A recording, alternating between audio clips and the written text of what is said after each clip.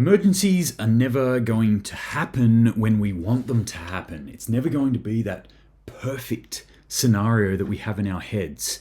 The sun is shining, everything is great, and then some emergency happens. But it's okay, because I feel fit, I'm well fed, I've slept well the night before, and I've got all my equipment on me. That's never really going to happen. So, considering that, we need to actually practice for emergency situations in some arduous conditions. Now, sometimes I wake up in the middle of the night. Usually I just get up and I'll read a book or I'll do some work for an hour or two and then go back to bed. But the other night I woke up and I thought, I'm going to use this as an opportunity. I'm going to actually go test some of my preparations. So I threw on the clothes that I've been wearing the day before. I grabbed my grab bag and I set off out into the world to walk the roughly 20 kilometers out to my bug out location. Now, this might seem like an odd thing to do for most people. Why would you go do this? And I quite often get thrown this on courses when I'm teaching. People say something like, you know what, I don't need to practice this because in an emergency, I would do X, Y, or Z. And I always like to say, no, I don't think you would. In my experience, I never did. In any emergency situation that I'd ever been in, I never rose to the occasion. I always fell to the level of my training. So it's important to me to train the way I fight because I need to know that I can do that. And I need to know that the equipment that I have is capable of standing up to that rigor. Building all these grab bags and all this Gucci gear is great and fun, but unless I test it out, I might just be pissing into the wind. So that's what I did. I grabbed my bag and I set out into the freezing cold weather and tried this out. So without any further ado, I recorded all of this for you to peruse, to laugh at, and to muse, and hopefully encourage you to go and test some of your own preparations. So now I present to you, me, at 2:30 in the morning, going out in an emergency.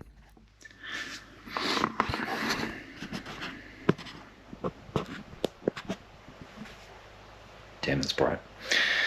It's currently about, 2:47, so 2:45 in the AM, first thing in the morning. And what I'm doing today is I'm testing out some of my preps. So the situation is, or the notional situation is that there's been some sort of event that's happened. It's happened in the middle of the night, and I've had to get my grab bag and get out of here and get on the road. I'm going to head to my bug out location. So this is all about just testing my preps, seeing if the things that I keep in my bug out bag are good enough, if my bug out bag is too heavy, if it's appropriate, and doing it in the worst kind of situation. So doing it in the morning, being woken up, middle of the night, not being able to think very well, as you might be able to tell. And so yeah, now I'm just going to go grab this bag here. It's my bug out bag, packed as it usually is, and chuck that on my back, put some shoes on. It is cold and wet outside as well, so let's see how this goes. Alright, so I've just kicked off, I just started. Probably the first thing I noticed is like pea soup out here. You probably can't see it, but it's pretty foggy out here, and it's also wet, so I'm not sure if you can hear that squishing, but it's pretty wet out here. So I'm walking through the town essentially at the moment, and it's freezing. It's really cold out here. I'm going to see how long I can kind of stand it in just the clothes that I was wearing and the gloves that are on the edge of my pack. But yeah, I've got warmer clothes in the pack, but I think I'll probably warm up after I start walking for a bit. At least I hope.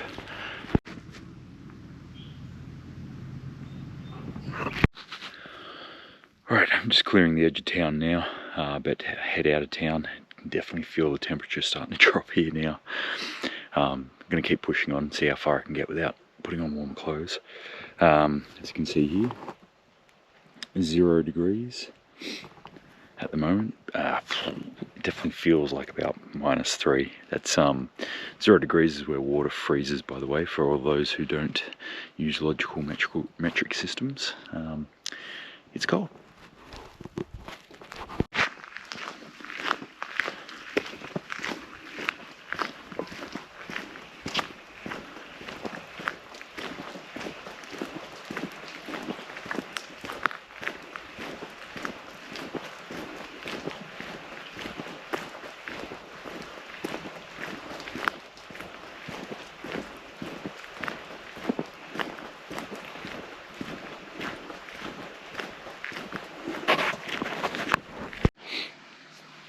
So as I'm walking along, I'm on a pretty big road at the moment, but I'll be pushing off soon. But I'm trying to log interesting things that I find along the way, and I've just come across a creek. I don't know if you can see it through the fog here, but there's a creek line just at the side of the road, and I can hear running water down here. So I'm actually just gonna move through this rabbit warren here. See, there's lots of long grass and creatures been through here. This grass is actually about knee deep.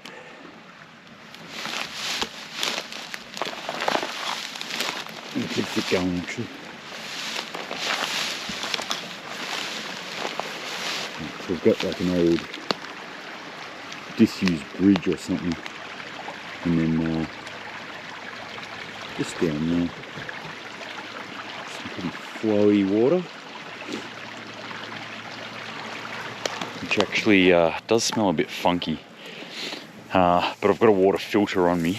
I've got a Grail water filter on me, so I'm going to log this point here as a point of interest on one of my routes that I could possibly get water.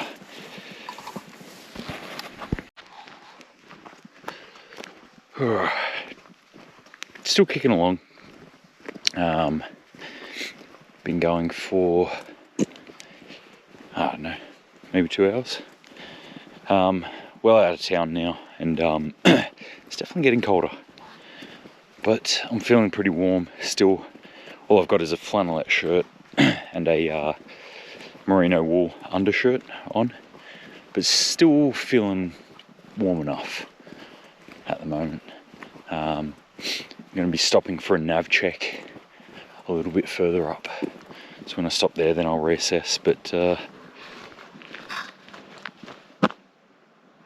-2. So yeah, it's getting colder. Just a little tip too, if you're ever find yourself walking along a road, a couple of schools of thought on it, but the correct way, as far as I'm concerned, is to walk on the direction that traffic is coming at you. So in Australia, it's on the right. You can see here, I'm on the right side of the road. That way I can see cars coming down here, as opposed to being over there, where the cars are then coming at my back, and I can't see what they're doing. Especially if you're, in a place that has kidnapping or anything like that, it's a worthwhile idea. But even just walking here at night, I've obviously got lights on, I've got glow stick on, I've got other marker panels that I can be seen. But if I was doing this surreptitiously at night, somebody could clip me, not even notice that I'm there, if I didn't have those sorts of lights and things like that. So worthwhile thinking about if you're traveling on road or using a road to navigate. Another little interesting point that I picked up walking on foot and at night is how loud and noisy vehicles are.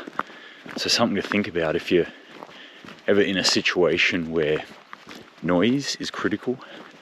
You might want to think about travelling by foot instead. I reckon I can hear cars probably 5-6 kilometres away, maybe further. And depending on what the terrain's doing, with their high beams on, I can see them at least a couple of kilometres out, like know exactly where they are. So something to think about.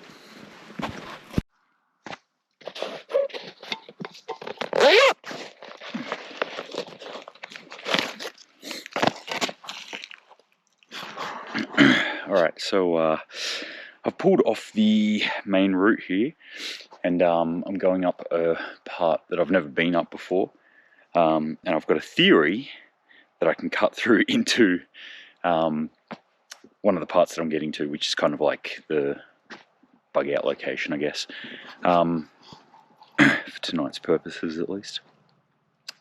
So I'm going to go up and check it out. So I've got the map here, just to kind of orientate ourselves. I've come in off this point, so down this road here. This is where I'm currently located, around about here. I'm going to push up, and here's basically what I want to make it into. There's a number of fire trails that cut through here. So I'm looking at this small trail here. There are a number of properties though in and around here that I can see. So this could be an issue. This is a no-through road, obviously. And these are fire trails that go off up here. So what I'm curious about is whether I can actually get up here, get onto one of these fire trails and into this forest part that I'm looking to get to, and avoid getting into any trouble by getting onto anyone's private property. Obviously here in Australia we can't go on other people's private property, plus legalities aside, a lot of folk have dogs and things like that around here that I don't particularly want to tangle with. So yeah, I'm going to go up here, punch around, and this is part of like testing your preps, I guess. Worst case scenario, middle of the night, I've had to bug out. I don't want to be on that main route anymore. So I've decided to cut in here, made a decision to cut in here. And this is the kind of stuff that could happen on the fly in a real emergency. So it's good to test my navigation skills out in the middle of the night. Let's see how it goes.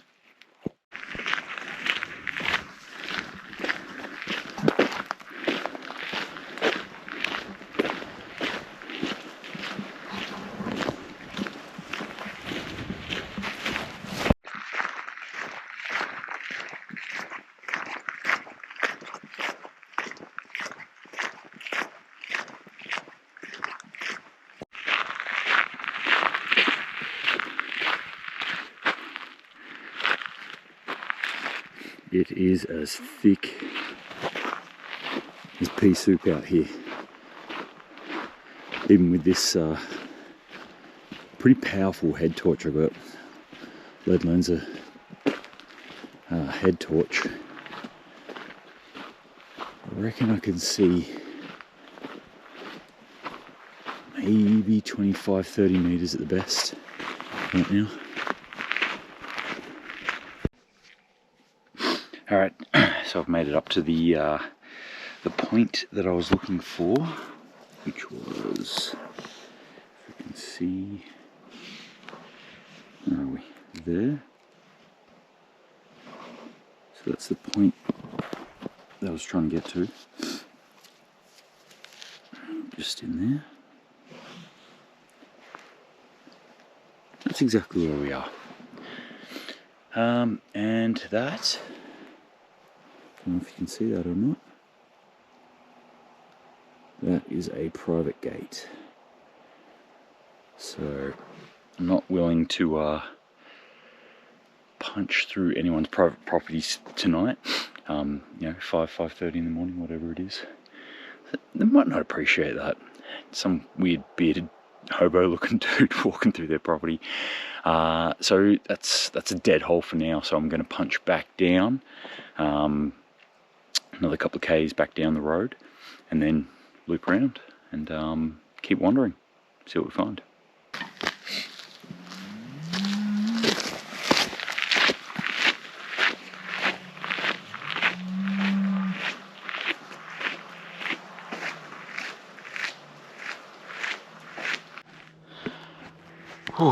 Right, damn, that's bright. It's like -2 or -3 now, so I'm actually gonna put on the poncho finally. It's freezing. Dig into my pack. One of the things I love about this pack is the Vertex Gamut 2.0.